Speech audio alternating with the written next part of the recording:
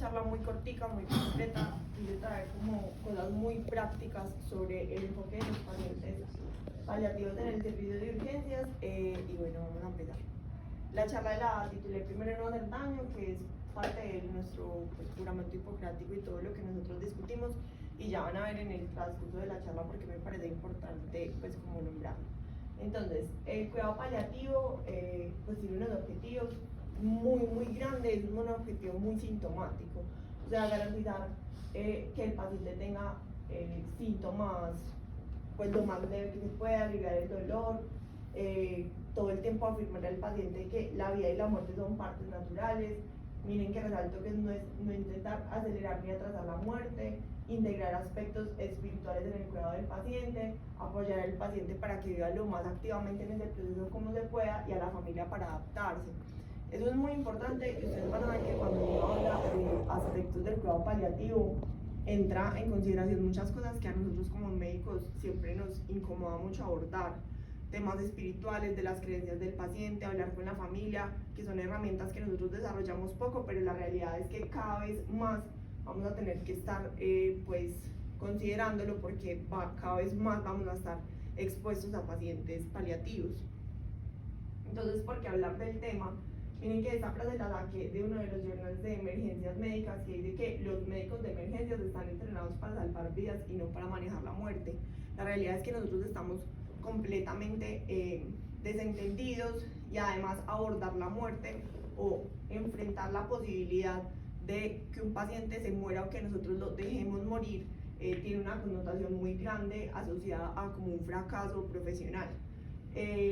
La realidad es, como les decía, la población está envejeciendo, cada vez hay muchísima más tecnología que nos permite acceder a enfermedades que antes tenían una mortalidad mucho más temprana. Entonces son pacientes que ahora vamos a ver constantemente pues morir en etapas mucho más tardías, y esto hace que nosotros todo el tiempo estemos expuestos, más en un centro como este, que tenemos patología oncológica, patología de trasplantes. Entonces son pacientes crónicos que muchas veces nos van a llegar a nosotros. Hay un término muy importante, y es la instrumentalización de la muerte, y es este tema que habla sobre pacientes, digamos, que antes morían en su casa y que la muerte se ha considerado históricamente pues como un proceso normal de la vida. Ahora en medicina nosotros la instrumentalizamos, entonces vemos que la gran mayoría de los pacientes ya no mueren en su casa, la gran mayoría mueren en el hospital, la gran mayoría mueren porque nosotros básicamente dejamos o soltamos las intervenciones, y hace que cada vez la muerte sea un proceso mucho más técnico y menos un proceso natural. Esto hace que cuando nosotros nos acercamos a pacientes que están tan cercanos a morir, sea muy difícil ese abordaje, porque nosotros no estamos acostumbrados a tratarlo desde un punto que no sea pues técnico. Entonces, definiciones importantes: una enfermedad se considera incurable o avanzada cuando es progresiva, cuando no tiene respuesta a los tratamientos disponibles, y que uno sabe, digamos, por la evolución natural de la enfermedad, que evolucionará hacia la muerte en un corto o mediano plazo. Eso es importante, que el paciente ahí, ¿qué va a hacer? Va a perder autonomía. Son pacientes que progresivamente van a tener más dependencia de los otros para sus actividades, y que va a tener un alto impacto físico y emocional. La otra cosa es la eutanasia. Vamos a ver la diferencia entre eutanasia y eutanasia, que es prolongar la vida de forma médica, pero en un paciente que no tiene perspectiva de cura, y que normalmente esa prolongación se va a ver asociada a sufrimiento en el paciente, a prolongación de síntomas pues que van a ser incómodos para él, y nosotros acá tenemos toda la responsabilidad. La eutanasia, que ya la vamos a ver, es una intervención que es deliberada. Quiere decir deliberada porque es decidida por el paciente de poner fin a la vida en un contexto que no tiene perspectiva de cura. La sedación paliativa va a ser uso de medicamentos. Acá lo más importante es disminuir el estado de alerta en un paciente que tiene síntomas severos e intratables. La sedación paliativa no tiene nada que ver con la eutanasia, ya vamos a ver la diferencia, pero es importante que lo que yo quiero hacer es sedar al paciente, o sea, que se disminuya su estado de conciencia para que no tenga percepción de esos síntomas que son negativos. Y lo último será la adecuación del esfuerzo terapéutico, que son modificar o ajustar el tratamiento de acuerdo al estado del paciente. exige que nosotros adaptemos la atención médica a la realidad clínica y biográfica del paciente. ¿Qué quiere decir? Entender el curso natural de la enfermedad, entender el pronóstico y cómo nos vamos pues a ajustar a eso. Obviamente en todo esto va a haber un abordaje transversal con la especialidad de dolor y cuidados paliativos, pero una de las cosas más importantes es que nosotros tenemos que conocer, y esto no puede ser, digamos, responsabilidad únicamente de esa especialidad, porque eso es un error, que el paciente llegue, se interconsulte por dolor y pasen 24 horas en que nosotros no le hagamos nada porque estamos esperando que paliativos lo intervenga. Entonces, cuando nos llega un paciente, pues vamos a hablar sobre el abordaje inicial. Les traje este estudio de Hammond, fue publicado en el 95 y fue, digamos, de las primeras veces que se intentó determinar el pronóstico y las preferencias en pacientes que tenían patologías pues de alta mortalidad, principalmente procesos de muerte que eran considerados prolongados, mecánicos y dolorosos. Fueron 9.105 pacientes y que tenían una mortalidad a 6 meses del 47%. ¿Qué encontramos? Nos fue súper mal a nosotros como médicos: problemas de comunicación, alta frecuencia de tratamiento agresivos. Miren que solo el 47% de los pacientes sabían si el paciente prefería o no recibir RCP. El 38% de los pacientes pasaron al menos 10 días en UCI, cuando ya sabíamos que tenía una mortalidad casi del 50%. El 46% afirmaron disentimiento solo 2 días antes de morir, o sea, ya cuando la patología está en etapas pues muy finales. Y hasta el 50% de los pacientes que murieron en el hospital reportaron que habían tenido dolor moderado a severo más de la mitad del tiempo.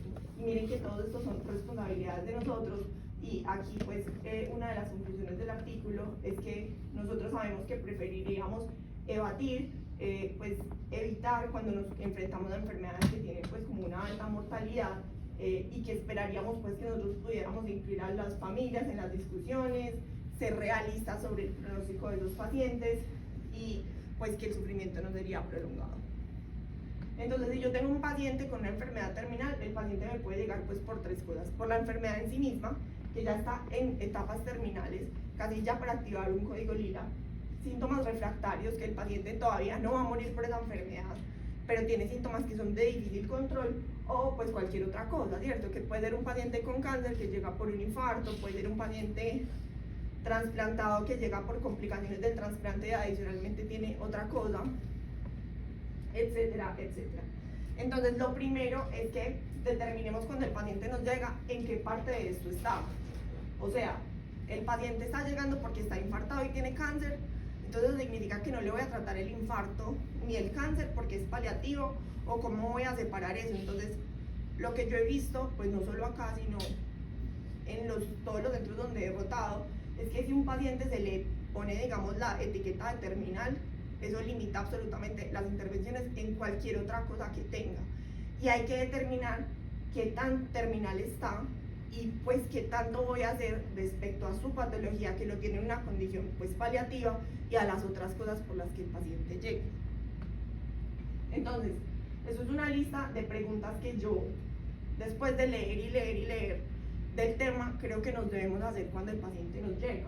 Y es: el paciente ingresa, es un paciente con patología paliativa, porque puede pasar que él no lo sepa, nadie le haya dicho, o que apenas nosotros seamos las primeras personas como en abordarlo y decir: este paciente tiene una patología pues ya terminal.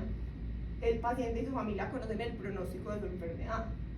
Justo ayer me llegó un paciente que lo derivó el paliativista de consulta para ya iniciarle manejo subcutáneo, y el paciente no entendía exactamente la razón por la que lo había mandado a urgencias, y la realidad es que lo había mandado para hacer una sedación paliativa. Entonces, no es que el paliativista no le haya explicado, sino que el paciente no había terminado de entender las razones por las que estaba ahí. Entonces, hay una parte muy grande que va a ser responsabilidad de nosotros. ¿Qué le preocupa al paciente y cuáles son sus prioridades? Y lo señalo porque creo que es lo más importante. Cuando el paciente ya sabe que va a morir, nuestra responsabilidad es preguntarle: ¿usted le preocupa algo? ¿Qué de todas las cosas que tiene es lo que más le preocupa? Por ejemplo, este paciente de ayer me decía: yo sé que yo me voy a morir, pero yo solo no quiero sufrir cuando me muera. Yo le preguntaba: ¿usted se quiere morir acá? ¿Usted se quiere morir en su casa? Yo me quiero morir en mi rancho. Bueno, entonces, ¿qué podemos hacer para eso? O, señores, que no, yo quiero vivir unos días más porque a mí me falta terminar de hacer los papeles para darle la casa a mi hija. es que a mí me falta hacer esto para poder hacer tal cosa, ¿cierto? Como entender exactamente qué le falta a ese paciente para poder morir, y eso también es importante para nosotros pues, entender, digamos, con qué prioridad hay que agilizar ciertos procesos en ese paciente. Los especialistas tratantes consideran opciones terapéuticas con intención curativa. Entonces me llega un paciente con cáncer, onco ya dijo que era paliativo, pero entonces hay quimio paliativa, se le va a ofrecer, o ya es solo sedación, ¿qué nos falta? Entonces es importante porque a veces, de nuevo, el paciente llegó el viernes, fue festivo, hoy es martes y el paciente lleva 4 días ahí esperando y no saben si el paciente onco, ¿qué dijo? ¿Qué quieren hacer? ¿Tiene pendiente una quimio? ¿Tiene pendiente una radio? ¿Cierto? Como por dónde vamos a proceder con ese paciente, y es muy importante pues que hablemos con los especialistas. Doctor, tengo este paciente que usted vio hace 3 meses, ese paciente, ¿cuál es la intención? ¿Han hablado con ellos? ¿Hay un trámite pendiente? El paciente está en capacidad de tomar las decisiones. Lo más importante, el paciente tiene una demencia, pero cuando estaba lúcido, ¿qué dijo de cuando quería morir? El paciente nos llega sedado, pero cuando estaba lúcido, ¿qué había dicho? Que cómo quería morir. O el paciente tiene un Glasgow de 15, está completamente orientado y pues sabemos exactamente qué es lo que quiere hacer.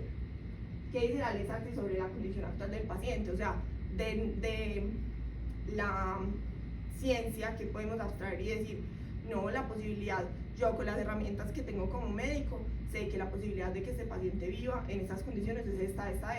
O no, definitivamente la mortalidad a 24 horas pues es tal, ¿cierto? Esto ya depende de nosotros.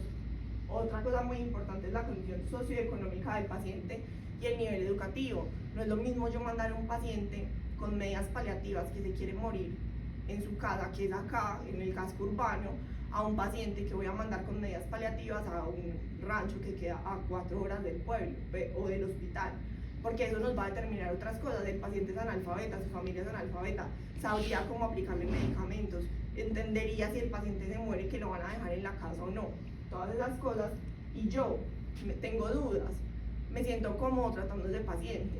Y vamos a ver que cuando, digamos, yo leí eso, nosotros, los médicos que tratamos urgencias o principalmente patologías que requieren intervenciones emergentes, somos muy malos abordando el tema, perversos, o sea, no sabemos cómo tocarlo, no sabemos qué decirle al paciente. Entonces la realidad es que preferimos simplemente hacer preguntas pues muy concretas y evadir el tema rápidamente.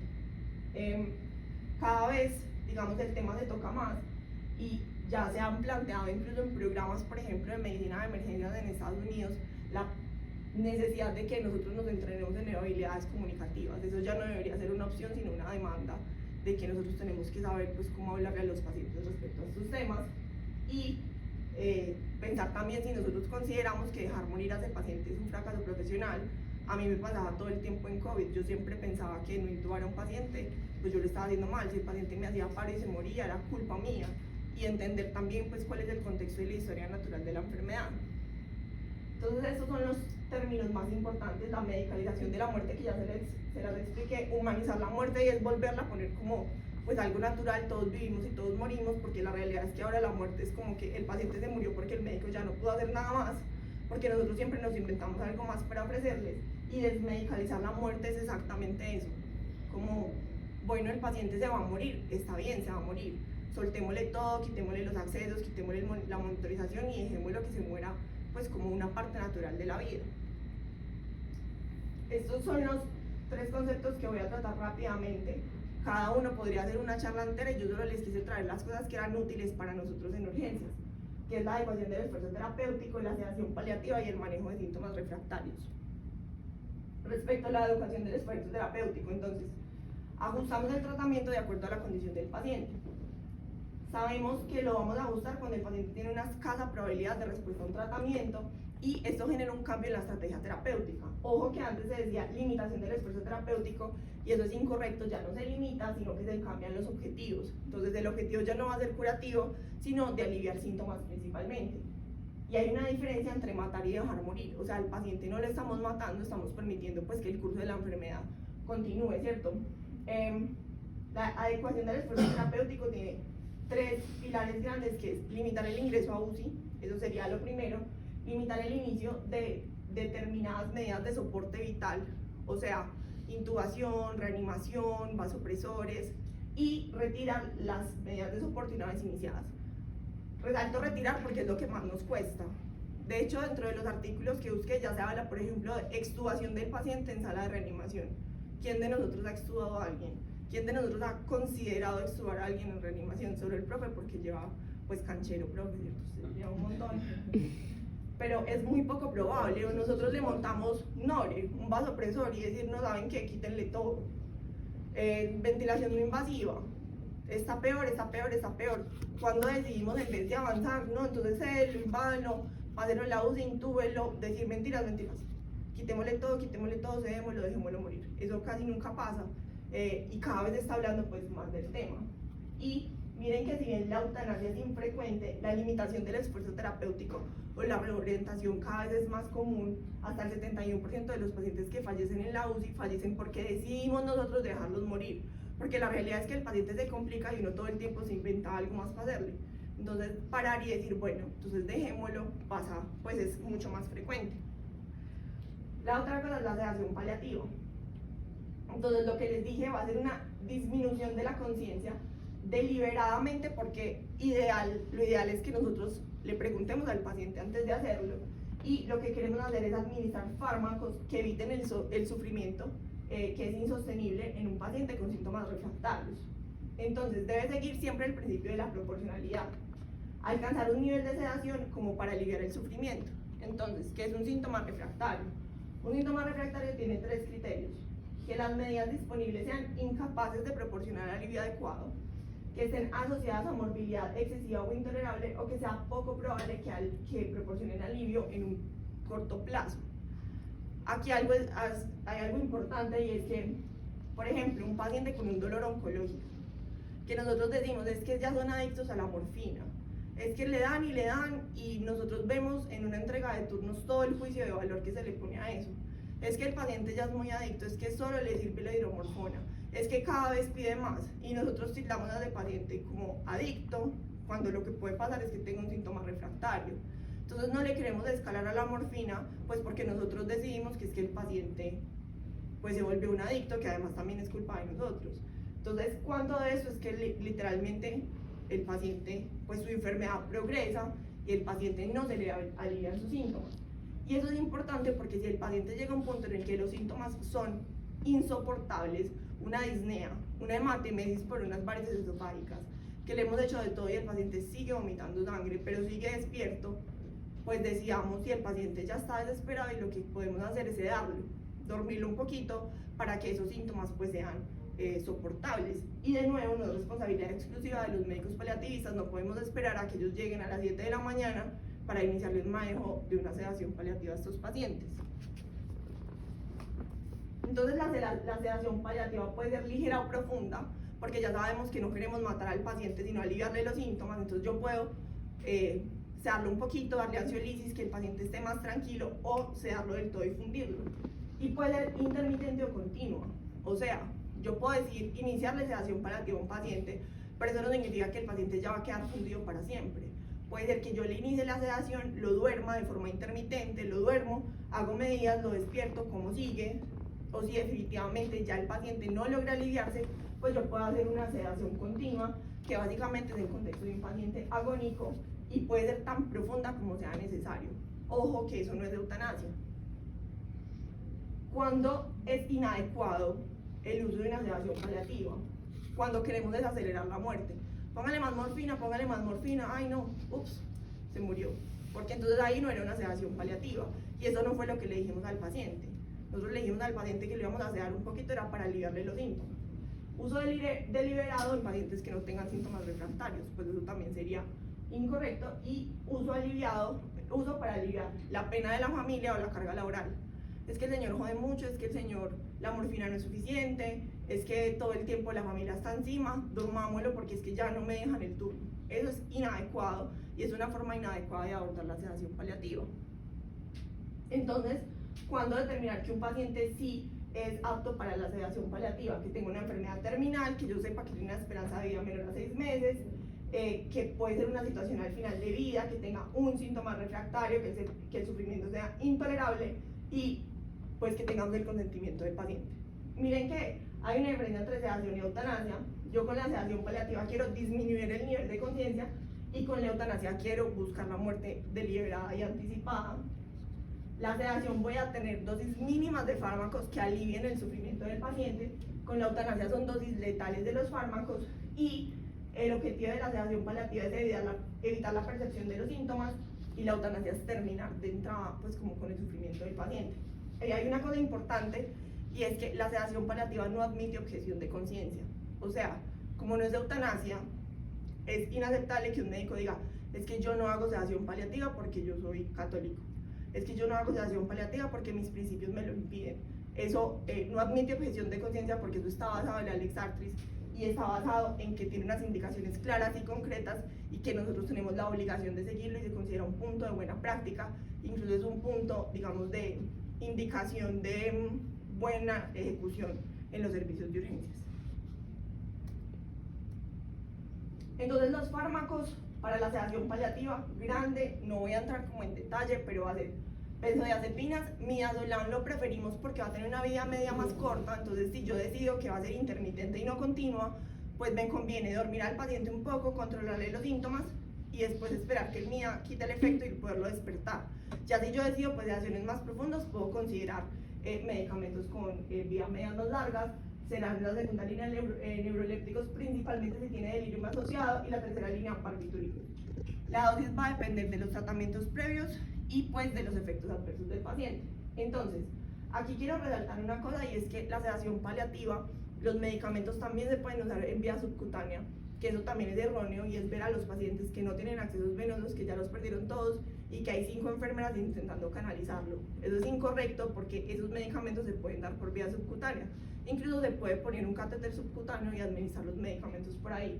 El midazolam va a tener administración subcutánea. Obviamente la dosis se modifica, por ejemplo la levomepromazina también, el fenobarbital también, el propofol no, pero miren que tenemos muchas opciones en primera línea que pueden ser subcutáneos. Respecto al manejo sintomático, ¿con qué puede debutar un paciente en final de la vida? Anorexia, pues estos son como los síntomas más comunes: disnea, náusea, dolor, vómito. Señala anorexia porque todo el tiempo estamos obligando a los pacientes a que coman, pidiéndole dieta, no, pero entonces dieta blanda, no, pero entonces lo que sea, y la realidad es que un paciente al final de vida pues deja de comer. Disnea, que ya vamos a hablar, dolor y pues la emesis. El manejo del dolor, analgesia multimodal. Recordemos que el dolor es multidimensional, que aquí es donde les digo que uno se pone muy incómodo porque eso tiene como dimensiones espirituales y ningún médico le quiere hablar al paciente de que si está triste porque extraña a Dios, que piensa de la muerte, pues eso es re incómodo, pero la realidad es que hay pacientes que tienen dolores refractarios y lo que tienen es una falta como de un abordaje integral de esos pacientes, dimensión social, psicológica y física. Y otra cosa es que yo tengo pacientes que pueden tener demencia y que pues tengo que evaluar si el paciente responde o no al dolor, pues al tratamiento. Entonces, vocalización, la expresión facial, el lenguaje facial y si está o no consolable son formas en las que yo puedo determinar si el paciente responde a esa analgesia. La disnea, entonces, oxígeno será controversial. Muchas veces se cree que es solo para suplir la ansiedad de la familia o incluso de uno mismo, después qué hago, porque la realidad es que uno puede utilizar aire directo, mandar flujo y eso mejora la sensación subjetiva de disnea.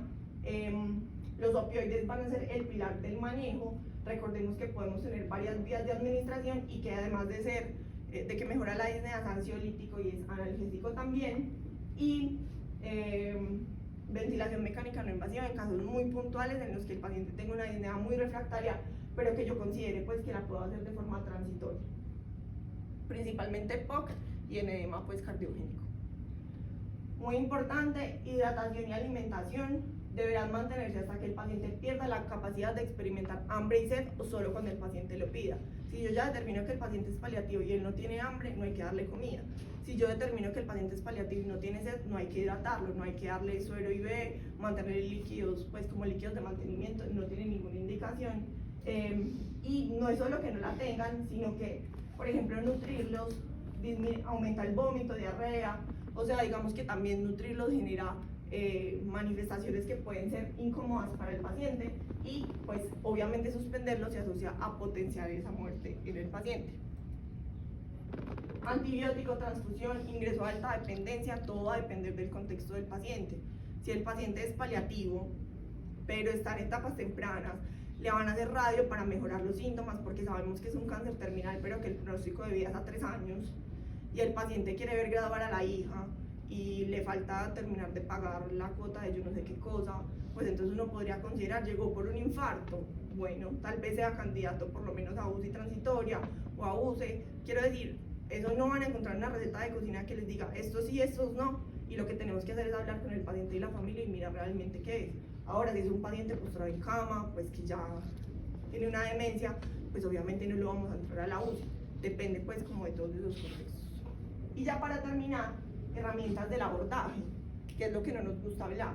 Hay varias estrategias desde urgencias, todo esto es de journals de emergencias, sobre el Spike Model, que es como el Spikes Model, es el modelo en el que nosotros podemos acercarnos a hablar con esos pacientes paliativos. Entonces, Spikes es prepárese usted con los datos médicos, determine quién va a participar en la conversación, evite interrupciones. Entonces, yo voy a hablar con la familia en reanimación, hey muchachos, voy a entrar un momentico a REA, va a ser una conversación incómoda, pues por favor no interrumpan, intenten tal cosa. Percepción, determinar la percepción del paciente de la situación, determinar cuánta información quiere el paciente. Hay pacientes que dicen, a mí no me diga detalles, yo solo quiero saber si me va a morir, si no, cuéntele a mi hija. También eso hay que respetarlo y tenemos que, digamos, deliberar la información de forma pequeña, no pues con un montón de información y con jergas médicas, y pues también preguntarle al paciente cómo se siente y qué quiere hacer al respecto. Eso también es la forma en la que nosotros podríamos responder a las emociones del paciente, y es nombrarlas, decirles cómo se siente frustrado, está triste, evitar decirle al paciente exactamente qué siente. Yo sé que usted está angustiado, es como pregúntele cómo se siente y reconozca las emociones, pero no las nombre usted diciéndole usted se siente de esta manera. Trate de resumir lo que él le está diciendo con respeto, con apoyo, y decirle estamos acá para usted, o si yo no sé manejarlo voy a llamar a un psicólogo, voy a llamar a trabajo social. Obviamente van a haber momentos en los que no vamos a tener tiempo de hacer una conversación tan larga, entonces tenemos esta estrategia que se llama Ask, Tell, Ask, que es preguntarle al paciente o a la familia el nivel de entendimiento de lo que está pasando, decirle al paciente o a la familia la información concreta, eviten darle pues como una lección, una clase sobre medicina, y pídale al paciente si entiende lo que usted le acaba de decir en sus propias palabras. Digamos que es una forma resumida de hacer el abordaje en estos pacientes. Por último, la pérdida de toma de decisiones. Todo se basa en la autonomía prospectiva, o sea, qué dijo el paciente cuando estaba sano, qué dijo el paciente que quería hacer, dónde quería morirse, si quería estar intubado, eso es lo más importante. Y ese va a ser el gol estándar. Pero si yo dudo que el paciente haya perdido no esa capacidad por una demencia, debo pedir ayuda a psiquiatría, determinar qué persona va a estar encargada, si él no está encargado, y si va a haber un vínculo legal, está casado o no, si es mayoría de edad, quién es la persona más cercana que va a tomar esa decisión. Y recordemos que siempre los valores del paciente van a ser la prioridad de la toma de decisiones. Si el paciente era testigo de Jehová desde chiquito y dijo toda la vida que no quería transfusión, pues sería incorrecto transfundirlo solo porque ahora está inconsciente. Hay que respetar todo el tiempo que fue el legado y que dijo el paciente en su vida. Y respecto al entorno del paciente, entonces la finalidad última va a ser garantizar comodidad, disminuir sufrimiento. Obviamente va a ser distinto si a nosotros nos toca activar un código lila en urgencias versus una habitación, y eso lo tenemos que tener presente.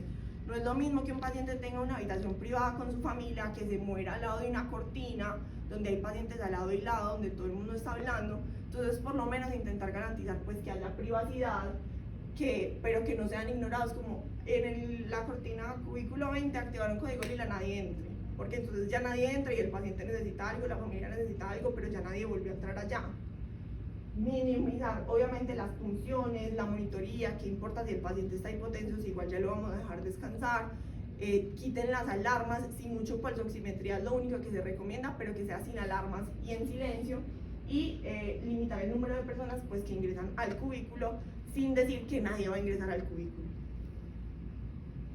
Estas son como las preguntas para terminar: ¿cuándo parar? ¿Cómo parar? ¿Y quién decide cuándo y cómo parar? La realidad es que esto va a variar. Cuándo parar depende de muchas cosas: del pronóstico del paciente, qué quería el paciente, qué creemos nosotros como médicos que es ese pronóstico, qué dicen las especialidades tratantes. ¿Cómo parar? Lo vamos a sedar, vamos a simplemente quitar antibióticos, quitar líquidos, quitar diuréticos. Y quién decide cuándo y cómo necesariamente es una decisión conjunta entre los especialistas y pues el paciente y su familia. Las conclusiones entonces: hagámonos preguntas todo el tiempo, preguntémosle al paciente, considerar parar, solucionar condiciones emergentes y retirar medidas terapéuticas. Si el paciente llega y yo no tengo claridad, ¿es RCP o no es RCP? Pues reanímelo primero, porque si resulta que si era RCP y no lo reanime, pues le embarramos. Es mejor reanimar y después de determinar retirar medidas, pues ya un paciente muerto no podemos hacer nada. Tenemos que sentirnos más cómodos hablando de la muerte, invitarnos también a redefinir nuestra percepción con la muerte y obviamente tener un manejo multidisciplinario. Les traje este fragmento de un libro que me gusta mucho para terminar. Es una conversación que estaba teniendo una persona con un preparador de cadáveres, y el preparador dice que llevaba varias décadas en el oficio y había sido testigo de un cambio muy inquietante. Antes me llegaban los cadáveres como ramas secas, marchitas; ahora me llegan infladas, abotagadas, llenas de moretones, torturados. Las últimas palabras, manifestación postrera de la conciencia, fueron por muchos años una fuente de sabiduría para la humanidad. Pero, señora Butler, muchos moribundos no pueden ya pronunciarlas, pues mueren con un tubo en la garganta, sedados, incapaces de despedirse de sus seres queridos. Entonces también considerar lo que les digo, la instrumentalización de la muerte, porque no dejamos que los pacientes simplemente se mueran y descansen sin tener que estarlos interviniendo todo el tiempo.